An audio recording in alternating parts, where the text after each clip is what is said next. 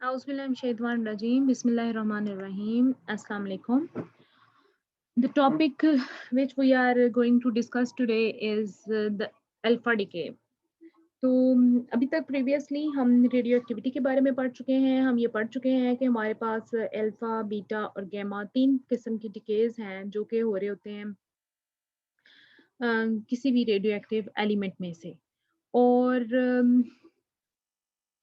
इन डिकेज़ को पढ़ने के बाद हमने हाफ लाइफ का कॉन्सेप्ट, मीन लाइफ का कॉन्सेप्ट और इसके अलावा रेडियो एक्टिव इक्विलिब्रियम का कॉन्सेप्ट पढ़ा। फिर हमने देखा कि कुछ डिकेज़ सीरीज़ हैं जिनको हम पढ़ चुके हैं।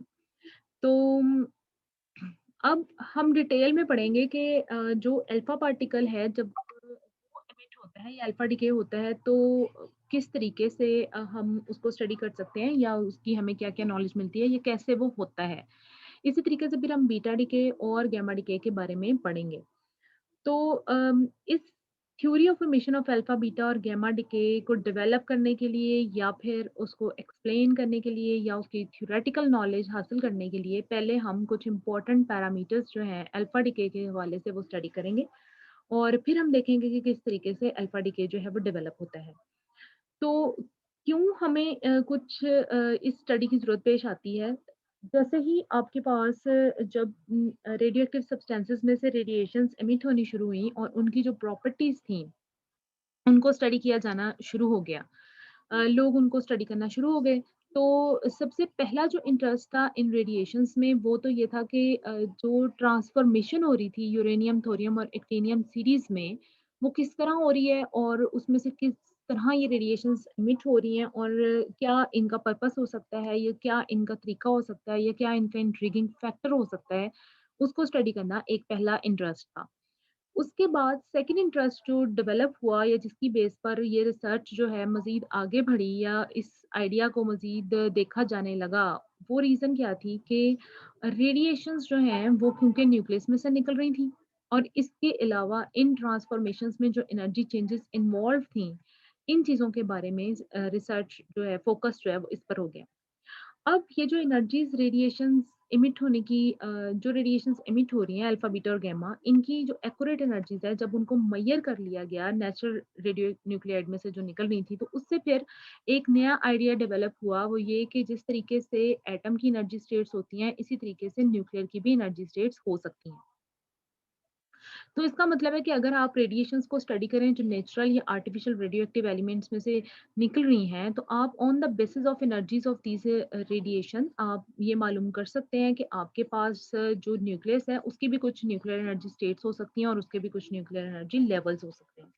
तो इस वजह से ये जो रेडिएशंस थी और इनके जो डिके प्रोसेसेस थे उनको स्टडी करना एक उस वक्त हॉट इशू या हॉट टॉपिक बन गया और इनको स्टडी किया जाने लग गया। मतलब 2 इसमें रीज़न्स थी, एक तो ये कि न्यूक्लियस के बारे में हम जान सकें कि न्यूक्लियस किस किस्म का है और दूसरा ये कि जो रेडिएशंस एमिट हो रही हैं, वो रेडिएशंस की नेचर क्या है, उनकी एनर्जीज़ क्या है और on the basis of these energies हमें ये पता चल गया कि there must be some kind of nuclear energy levels in the nucleus just analogous to the energy states as in the atoms. तो इस सारे प्रोसेस में जब अल्फा पार्टिकल को हम स्टडी करते हैं तो उसमें जो चीज़ें इम्पोर्टेंट हैं वो सबसे पहले तो ये है कि हमें ये मालूम करना पड़ता है कि अल्फा पार्टिकल की वेलोसिटी और एनर्जी कैसी होगी जो किसी भी सीरीज में से एमिट हो रहा है, तो चाहे वो यूरेनियम से एमिट हो रहा है, चाहे वो एक्टिनियम की फॉर्म में या थोरियम में से कहाँ से भी एमिट हो रहा है, तो हमें सबसे पहले उसकी वेलोसिटी और एनर्जी जो है उसको डिस्कस करना चाहिए और इसी एनर्जी और वेलोसिटी की बेसिस पर फिर हम देखेंगे कि किस तरीके से अल्फा डिके होता है, ये अल्फा डिके को कैसे समझा जा सकता है।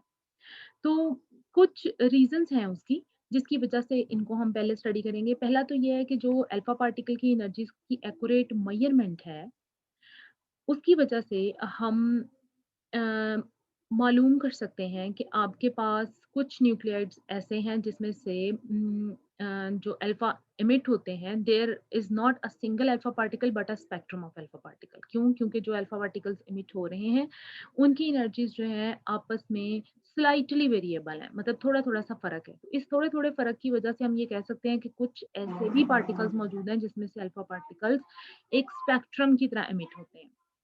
सेकंड आपके पास क्या है कि जो आपके पास अल्फा स्पेक्ट्रा के कंपोनेंट्स हैं, उनकी एनर्जी की नॉलेज जो है, उसके ज़रिए हम ये पता चला सकते हैं कि कौन-सा अल्फा पार्टिकल जो है किस एनर्जी लेवल में जाएगा, कौन-सा किस में जाएगा और इसका मतलब ये होगा कि आपके पास न्यूक्लियस में एनर्जी लेवल्स मौजूद हैं और हम कॉन्फिडेंस से ये फिर दावा कर सकते हैं।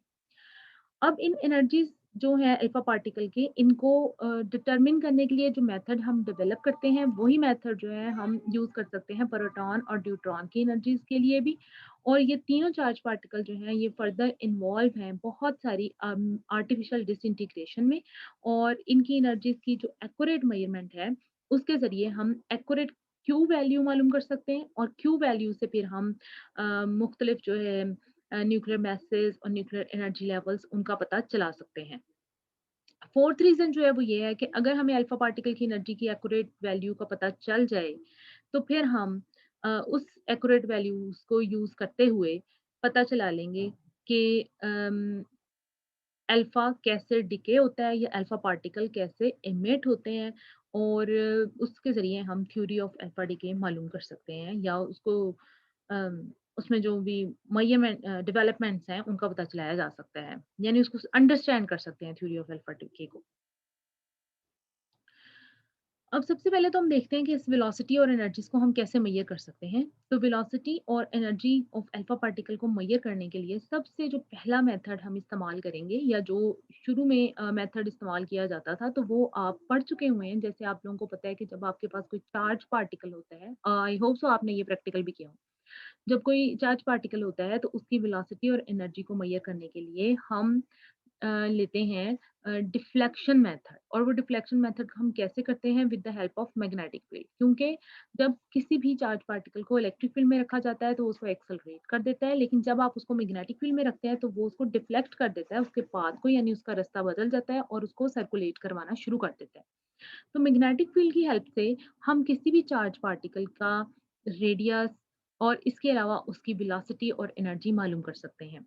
तो जैसे ही आप किसी चार्ज पार्टिकल को किसी मैग्नेटिक फील्ड में रखते हैं तो उसके नतीजे में क्या होता है वो सर्कुलेट करना शुरू हो जाता है। उस सर्कुलेशन की वजह से एक सेंट्रीपिटल फोर्स भी जनरेट होती है और आपने ई बाय एम रेशो वाले प्रैक्टिकल में ये चीज़ें पढ़ी हुई हैं कि जो मैग्नेटिक फोर्स है वो इक्वल होती है सेंट्रीपिटल फोर्स के और फिर आपके पास Q V cross P is equal to M we square over R के बराबर हो जाता है और यहाँ बी की बजाय हम मैग्नेटिक फील्ड इंटेंसिटी एच का इस्तेमाल कर रहे हैं और साथ में आपके पास क्यू वी आ गया तो यहाँ से आपके पास जो फ़ॉर्मूला डेवलप होता है वेलोसिटी का वो है v is equal to q by m जहाँ पर q is related to charge, m is related to the mass of the particle, h is related to the field strength and r is related to the radius of the orbit of the path which has followed by the particle.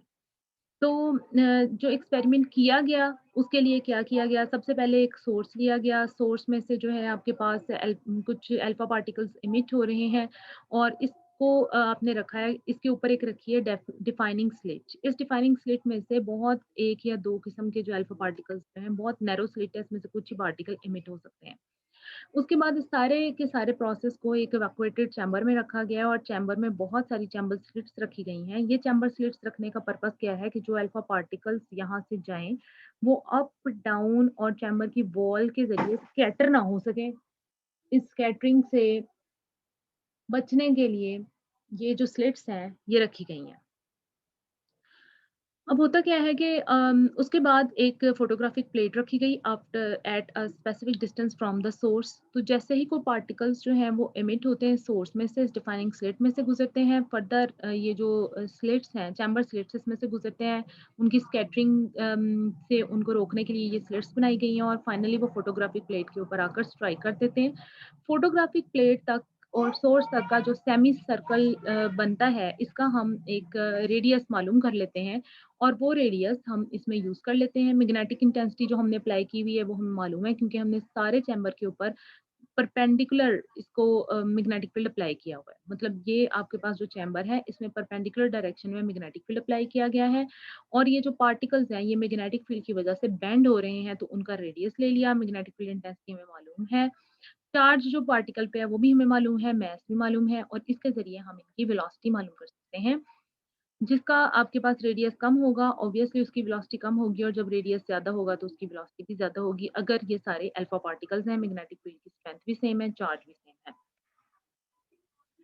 तो charge to mass ratio हम मालूम कर लेते हैं। In this way आपके पास ये जो simple arrangement थी या ये जो इंस्ट्रूमेंट था इसको हम मैग्नेटिक स्पेक्ट्रोग्राफ कहते हैं और इसमें हम सेमी सर्कल मैग्नेटिक फोकसिंग के ज़रिए पता चला लेते हैं कि क्या वेलोसिटी हो सकती है। चार्ज को हम यहाँ पर लेते हैं ईएमयू पर ग्राम की फॉर्म में और उसके लिए ये 3.2043 आपके पास ईएमयू में आता है। इसके अलावा मास ऑफ अल्फा पार्टिकल जो है it is equal to atomic mass of helium, बस उसमें से आपने 2 इलेक्ट्रॉन्स का मास जो है उसको माइनस कर देना है। वो ये माइनस किया तो ये एएमयू बन गया और इसको इस क्वांटिटी से मल्टीप्लाई किया तो ये ग्राम्स में कन्वर्ट हो जाता है। अब हम चार्ज टू मास रेशियो ले लेते हैं और फिर वेलोसिटी में हम उस वैल्यू को लिखते हैं और साथ में आ गया एचआर। अल्फा पार्टिकल जब नेचुरल रेडियो न्यूक्लियर एटम से निकलते हैं तो मैग्नेटिक फील्ड स्ट्रेंथ जो हमें अप्लाई करनी पड़ती है वो 10,000 गाज के करीब होती है। और फाइनली ये जो एच आर की वैल्यू है ये आपके पास 3 लाख टू 5 लाख गाज सेंटीमीटर हो जाती है।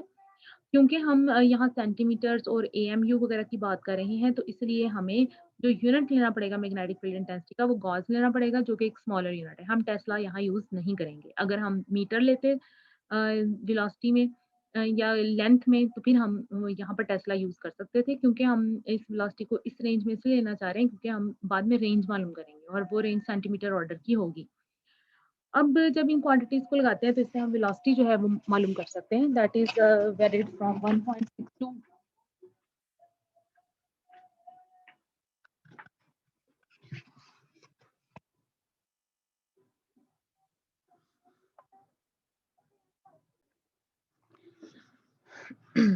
तो जब हम इन वैल्यूज़ को पुट करते हैं तो हमारे पास जो वेलोसिटीज़ आती हैं वो आती हैं 1.6 into 10 raise to power 9 centimetre per second से 2.2 into 10 raise to power 9 centimetre per second.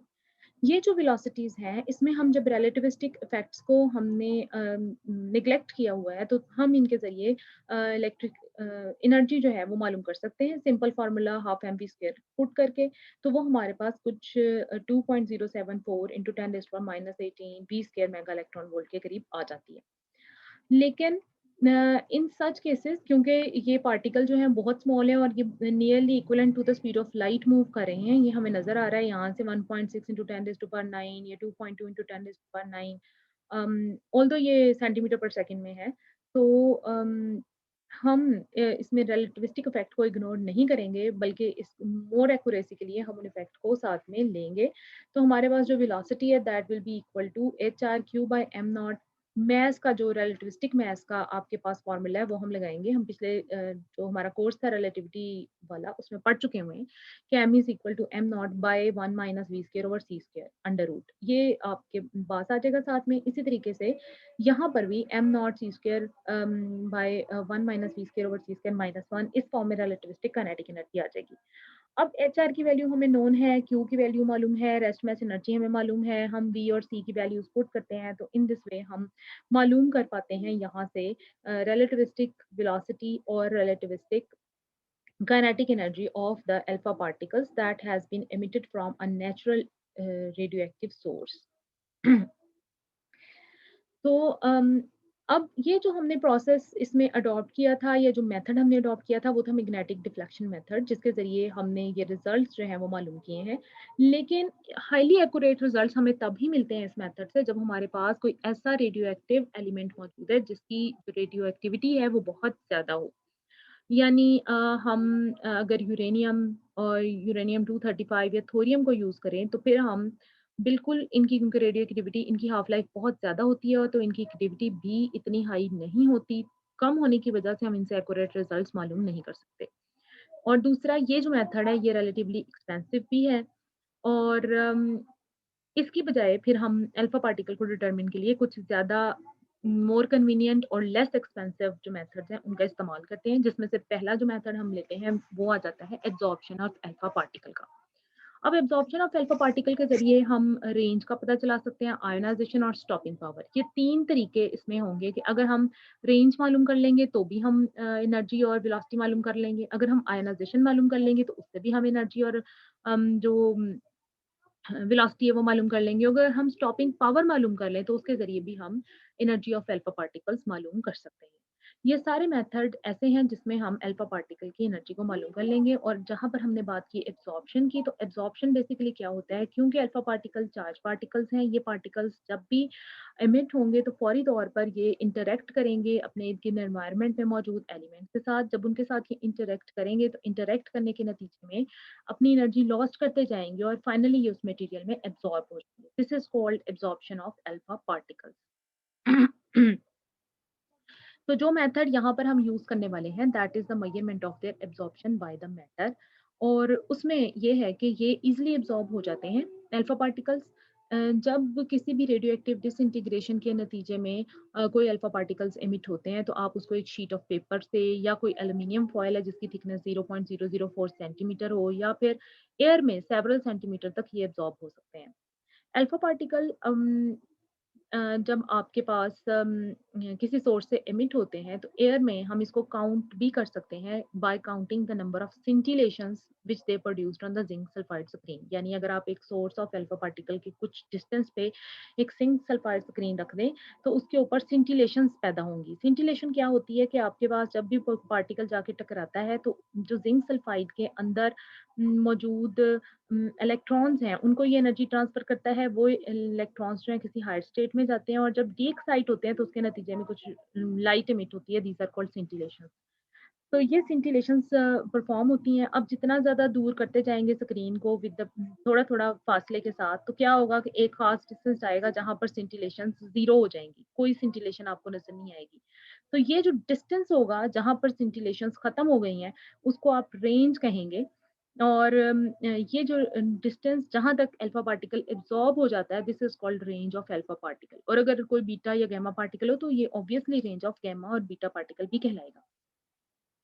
और ये रिलेटेड है पार्टिकल की इनिशियल एनर्जी से। जितनी पार्टिकल की इनिशियल एनर्जी ज़्यादा होगी, उतनी ही उसकी रेंज ज़्यादा होगी। जितनी उसकी इनिशियल एनर्जी कम है, उतनी ही उसकी रेंज भी कम होगी।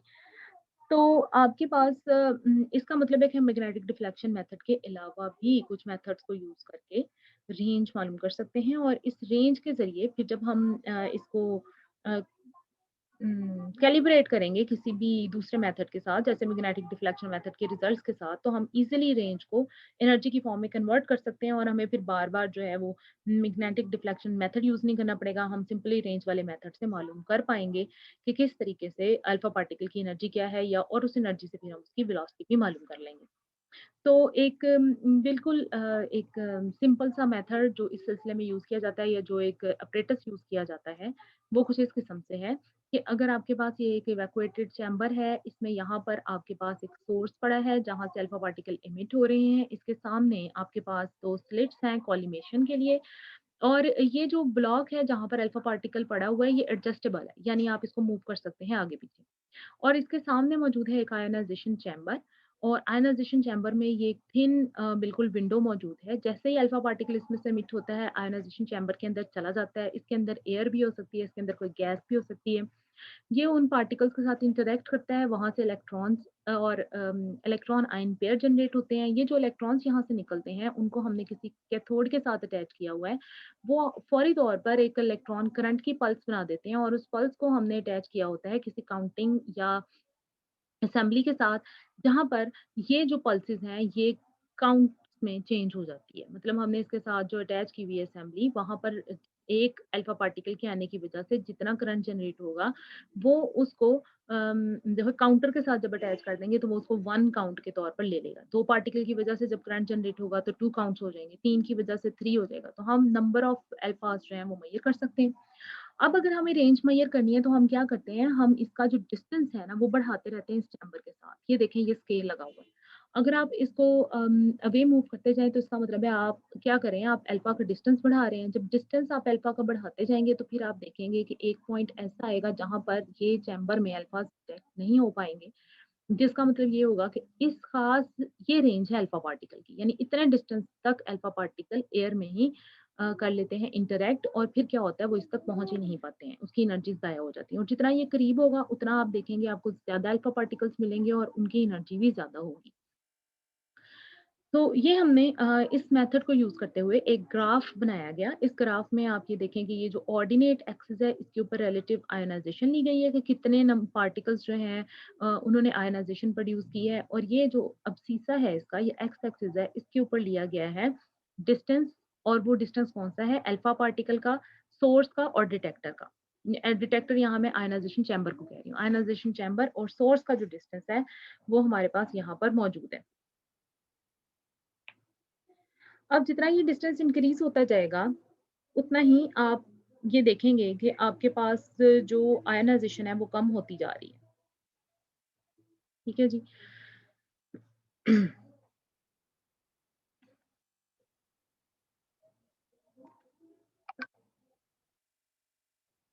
हुँ, अच्छा जी। अब अगर आपके पास एक ये ग्राफ जो है ये मौजूद है, जो यहाँ आपको ये प्रॉपर इन्फॉर्मेशन दे रहा है कि जिस तरीके से भी आपके पास इसमें जो कर्व है, ए कर्व, वो आपको शो कर रहा है कि किस तरीके से आपके पास जो आयनाइज़ेशन है वो ड्रॉप हो रही है by increasing the distance. Distance को आप इंक्रीज़ कर रहे हैं तो आपके पास ये जो ए की वैल्यू है वो डिक्रीज़ होती जाती है। फाइनली एक पॉइंट आता है जहाँ पर जाकर आपके पास ये डाउन हो जाता है, और फाइनली यहाँ पर जो हमें रेंज मिलती है, हम इसको एक्सट्रैपोलेट कर लेते हैं, इसको हम एक्सट्रैपोलेटेड रेंज कहते हैं, क्योंकि यहाँ पर आकर जो है एक ख़ास पॉइंट पर आकर आपके पास यहाँ एक इन्फ्लेशन आ रही है, और इस इन्फ्लेशन को कवर करने के लिए हम क्या करते हैं, हम यहाँ से एक एक्सट्रैपोलेशन बनाते हैं, ग्राफ को एक्सट्रैपोलेट करते हैं। एक्सट्रैपोलेट करने का तरीका क्या है कि हम एक टेंजेंट ड्रॉ करते हैं, ये टेंजेंट जब ड्रॉ करते हैं तो ये एक्स एक्सिस को कट करता है एक पॉइंट पर, तो इसका मतलब है यहाँ पर रेंज कुछ 3.87 8-9 के करीब होगी। अब अगर हम इस में डिफरेंशियल रेंज को ले लें, डिफरेंशियल रेंज का मतलब ये है कि अब हम वो वाले रेंज ऑफ पार्टिकल्स भी ले रहे हैं जो कि जिनकी लेंथ ज़्यादा है, और उनको भी ले रहे हैं जिनकी रेंज कम है। तो फिर हमारे पास जो एक ग्राफ बनेगा, that will B of this curve type, जिसको आप गॉसियन कर्व टाइप कहते हैं। इस कर्व को अगर हम देखें तो इसका जो मिड रीजन है, वो आपके पास जो मिड रीजन इसका आता है वो 3.842 पे आता है। ये आपके पास मीन मीन रेंज है। यानी आपके पास जब हम मीन जब लेते हैं इसका, तो हम क्या करते हैं, हम इस मैक्सिमम वैल्यू को √2 से मल्टीप्लाई करते हैं। जो 2 पॉइंट्स आएँगे उन दोनों पॉइंट्स को लेकर उनका हम मीन निकाल लेंगे। जब मीन निकालेंगे यानी इसकी वैल्यू को लेंगे और यहाँ की मौजूद जो वैल्यू है उसको भी लेंगे। इन दोनों वैल्यूज़ को लेके 2 से डिवाइड करेंगे तो हमारे पास इसकी जो है मीन वैल्यू आ जाएगी, और दिस मीन वैल्यू जो है ये आपके पास आ जाती है 3.842। ये जो हमारा ग्राफ है, ये जो आपको नज़र आ रहा है डिफरेंशियल कर्व, ये हमें कुछ इम्पोर्टेंट बातें बता रहा है। एक इम्पोर्टेंट बात ये हमें बता रहा है कि आपके पास जो है ना, इसमें स्ट्रैगलिंग हो रही है। स्ट्रैगलिंग क्या होती है कि आपके पास जितने भी अल्फा पार्टिकल्स निकलते हैं, उन सबकी एनर्जी सेम नहीं होती। कुछ पार्टिकल्स जो हैं उनकी एनर्जी ज़्यादा होती है, कुछ की एनर्जी कम होती है। और इसको अगर हम वाज़ेह तौर पर देखना चाहें तो ये देखें, ये हमारे पास एक कर्व एक ये मौजूद है क्लाउड चैम्बर की फोटोग्राफ। ये क्लाउड चैम्बर की जो फ़ोटोग्राफ है, इसमें आपको अल्फ़ा पार्टिकल नज़र आ रहे हैं। ये पार्टिकल्स में मुख्तलिफ़ किस्म के आपके पास पार्टिकल्स हैं, और ये पार्टिकल्स आपको शो कर रहे हैं कि कोई जो आपके पास अल्फ़ा पार्टिकल है, वो किसी डायरेक्शन में जा रहा है, कोई किसी में जा रहा है, किसी की एनर्जी ज़्यादा है, किसी की कम है, किसी का पाथ कुछ और है और किसी का कुछ और है। ये जो डिफ़रेंस इन पाथ है अल्फ़ा पार्टिकल्स का, ये कहलाती है आपके पास स्ट्रैगलिंग। इसको हम कहते हैं स्ट्रैगलिंग। तो इस ट्रैगलिंग को शो करने के लिए ये हमारे पास एक ग्राफ नज़र आ रहा है। ये ग्राफ जो है उसको ईज़िली एक्सप्लेन करता है कि ये स्ट्रैगलिंग का जो इफ़ेक्ट है, यानी कुछ पार्टिकल्स की एनर्जी ज़्यादा है, कुछ की कम है, और फाइनली ये जो एनर्जीज़ हैं इनकी इसकी बजाय फिर हम एक मीन एनर्जी ले लेते हैं, और ये मीन एनर्जी आपके पास कहलाती है, इस ग्राफ से हम उसको निकाल सकते हैं, जो कि डिफरेंशियल रेंज कर्व से हमें मिलती है। और ये मीन यही जो आपके पास रेंज होगी, इसको हम मीन रेंज कहेंगे, जो कि इफ़ेक्ट ऑफ स्ट्रैगलिंग को ओवरकम करने के लिए आएगी।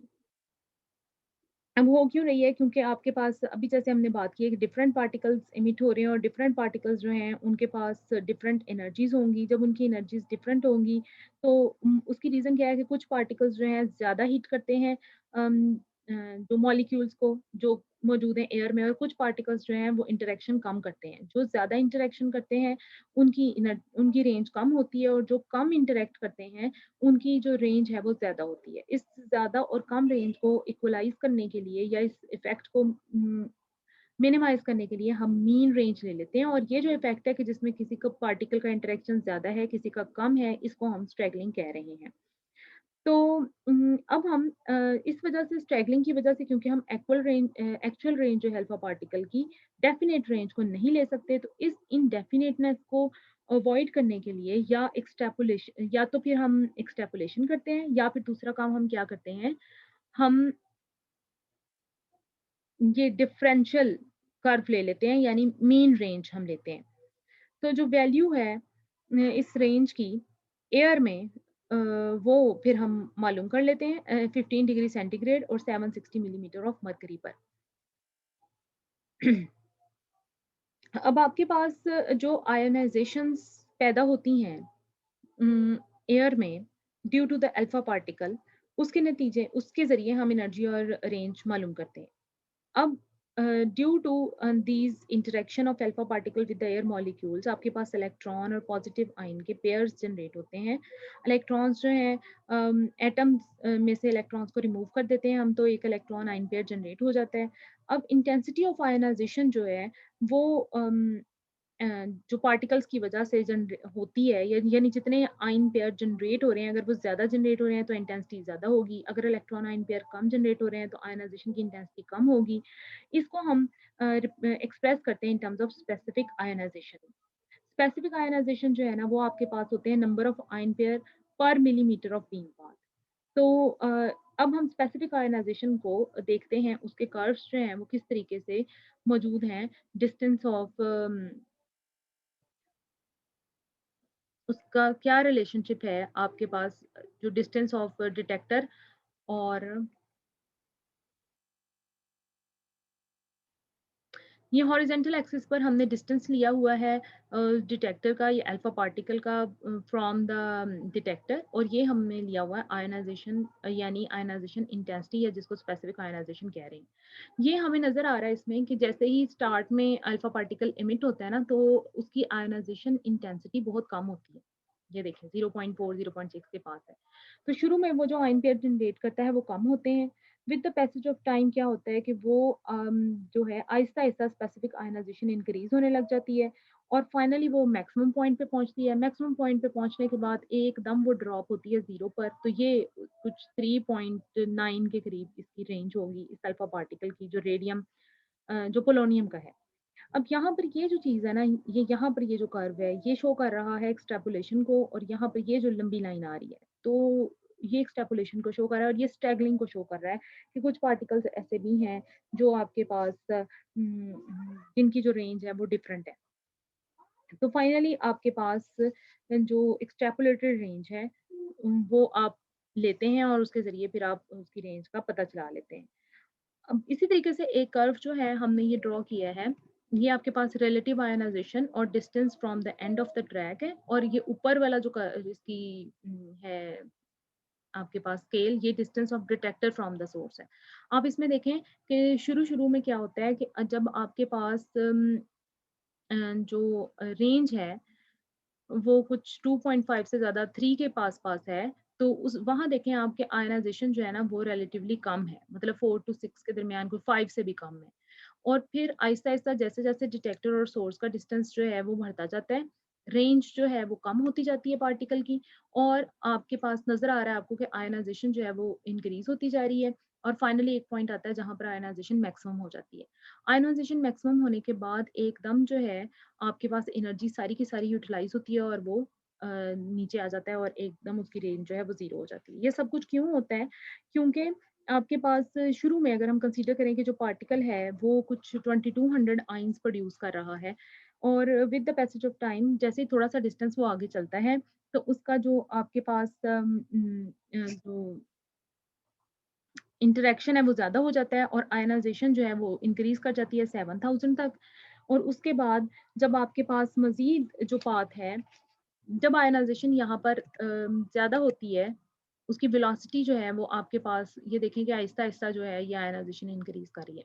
क्यों इंक्रीज़ करती है? क्योंकि जब वो टकराता है उसको फिर कुछ और टाइम मिल जाता है, वो स्लो डाउन वो उसकी एनर्जी जो है वो कम हो जाती है, कुछ ना कुछ एनर्जी कम होने के नतीजे में उसकी वेलोसिटी कम हो जाती है और वेलोसिटी कम होने के नतीजे में उसको ज़्यादा टाइम मिल जाता है अपने इर्द-गिर्द के एनवायरनमेंट में मूव करने के लिए।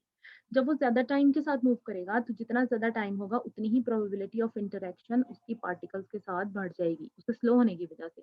तो फिर क्या होता है उसकी इंटरैक्शन की प्रोबेबिलिटी बढ़ जाती है, वो और ज़्यादा पार्टिकल्स के साथ इंटरैक्ट करता है और मज़ीद आयनाइज़ेशन करता है और यहाँ तक जाकर जब ये देखें कि उसकी जो यहाँ पर डिस्टेंस है कुछ 3.5 के करीब पहुँचता है, तो यहाँ पर वो मैक्सिमम इंटरैक्शन करता है और इतनी ज़्यादा इंटरैक्शन के नतीजे में फिर क्या होता है, उसकी सारी की सारी एनर्जी वेस्ट हो जाती है और फाइनली फिर जो है आयनाइज़ेशन ड्रॉप हो जाती है 0 पर और वो क्या करता है अपने नेबरहुड में से 2 इलेक्ट्रॉन लेता है, लेकर खुद एक न्यूट्रल हीलियम बनकर बैठ जाता है और मज़ीद कोई आयनाइज़ेशन कॉज़ नहीं करता। ये जितनी भी आयनाइज़ेशन हो रही है, शुरू में ये आपके पास जो है वो थोड़ी है, आहिस्ता-आहिस्ता जो है वो इंक्रीज़ कर रही है और बहुत आहिस्ता-आहिस्ता इंक्रीज़ कर रही है, जिसका मतलब है वो आहिस्ता-आहिस्ता चल रहा है। और फिर क्या होगा एकदम उसकी प्रोबेबिलिटी ऑफ इंटरैक्शन बढ़ जाएगी और आयनाइज़ेशन मैक्सिमम होगी और फिर फाइनली वो ड्रॉप हो जाएगी 0 पर, यानी वो एक हीलियम बन गया हुआ है। अब ये जो है आपके पास जब वो स्टॉप हो जाता है तो ये कहलाती है रेंज ऑफ अल्फा पार्टिकल और आप इस रेंज ऑफ अल्फा पार्टिकल को मुख्तलिफ ट्रैक्स के ज़रिए भी मालूम कर सकते हैं और वो ट्रैक आप कहाँ लेंगे? आपके पास मतलब और भी डिटेक्टर्स जो हैं वो मौजूद हैं, जिनको हम कहते हैं क्लाउड चैम्बर वगैरह। अब यहाँ तक तो बात हुई है कि ये स्पेसिफिक आयनाइज़ेशन सिंगल पार्टिकल की हो गई है और उसके नतीजे में आपके पास आयन पेयर्स जनरेट हुए हैं और फाइनली आपको पता चला कि वो फाइनली 0 हो गई है।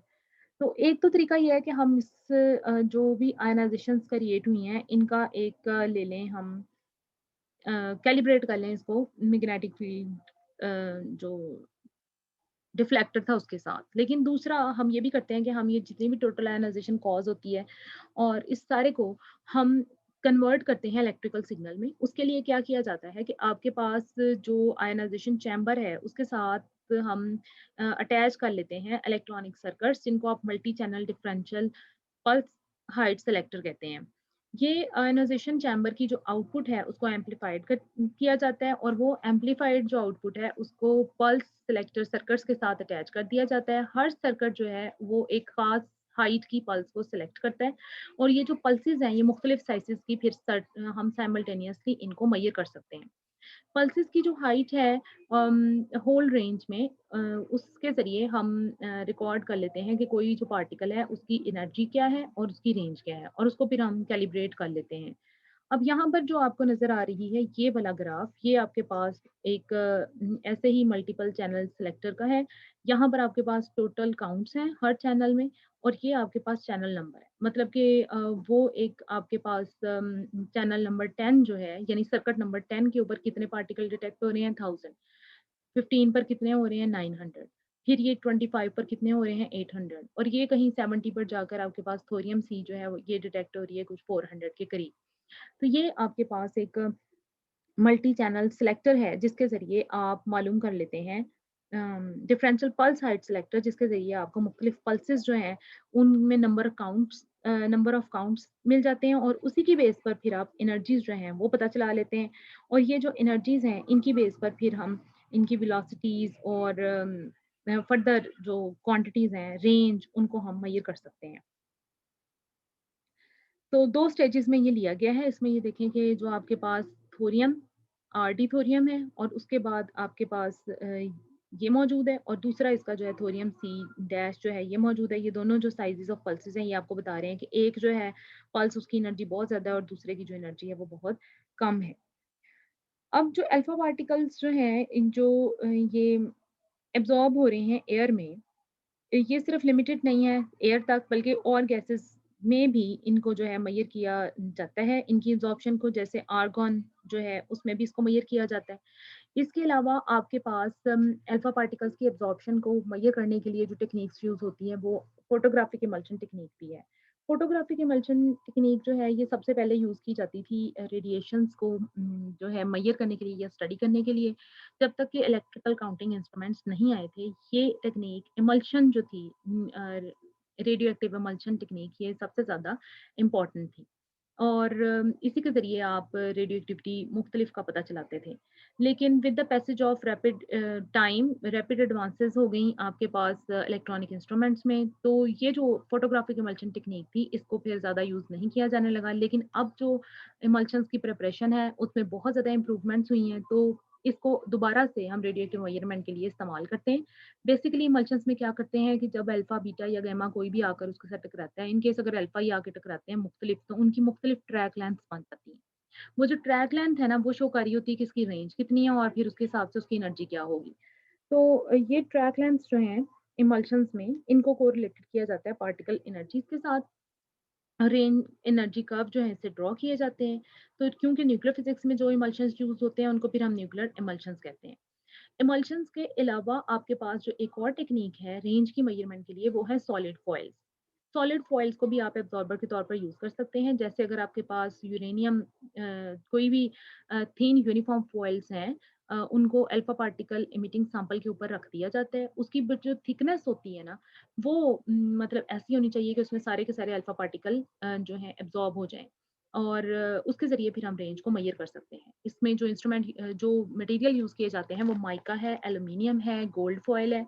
इनको आमतौर पर यूज़ किया जाता है और इनकी थिकनेस जो है वो डिफरेंट हो सकती है और यूनिफ़ॉर्म होते हैं ये सब। इसमें आप देखेंगे जो रेडियम आपके पास है वो उसकी रेंज 6.953 एयर में है, 0.0036 माइका में है, 0.00406 सेंटीमीटर एल्यूमीनियम में है और 0.00140 सेंटीमीटर गोल्ड में है। यानी इतनी थिकनेस के आपके पास ये फॉइल्स होंगे तो इसमें अल्फा पार्टिकल टोटली एब्ज़ॉर्ब हो जाएगा। अब ये जो टोटल एब्ज़ॉर्प्शन अल्फ़ा पार्टिकल की है, ये कहलाती है मैटर के ज़रिए, इसको हम एक नाम देते हैं क्वांटिटी का, जिसको कहते हैं स्टॉपिंग पावर। किसी भी मटेरियल की स्टॉपिंग पावर वो पावर होगी जो जिसके ज़रिए वो टोटली अल्फ़ा पार्टिकल्स या चार्ज पार्टिकल को एब्ज़ॉर्ब कर लेगा और इसको हम डिफाइन कर सकते हैं energy lost by the particle per unit path in that substance. और ये आपके पास आ गया minus DE by DX. E is here for energy, X is for path and minus is for decrease in energy, energy lost. E यहाँ पर kinetic energy है, stopping power जो है वो वेरी करती है उसकी इनिशियल एनर्जी के हिसाब से। और जब हम इसी से रेंज निकाल सकते हैं, that will be equal to R is equal to D X और 0 से ई नॉट और एस ई और डी ई आपके पास मौजूद है। यहाँ पर एस ई जो है स्टॉपिंग पावर ऑफ सब्सटेंस है और इसको हम डिटरमिन करते हैं एक्सपेरिमेंटली, जैसे कि डिफ्लेक्शन, मैग्नेटिक डिफ्लेक्शन से। तो एनर्जी ऑफ पार्टिकल जब एक सर्टेन थिकनेस ऑफ सब्सटेंस में से गुजरते हैं तो हम उनको मालूम कर सकते हैं। ये एनर्जी लॉस है जो कि पार्टिकल के रास्ते में उसकी इनिशियल वेलोसिटी पे डिपेंड करता है और जितना वो इंटरैक्ट करता है किसी सब्सटेंस से, उतनी ही उसमें रेंज होती है और वही उसका एनर्जी लॉस होता है। आपके पास ये बराबर आएगा the ratio of the range to the energy is equal to 1 by S C. ये फंक्शन ऑफ एनर्जी में आप इसको ले लेंगे।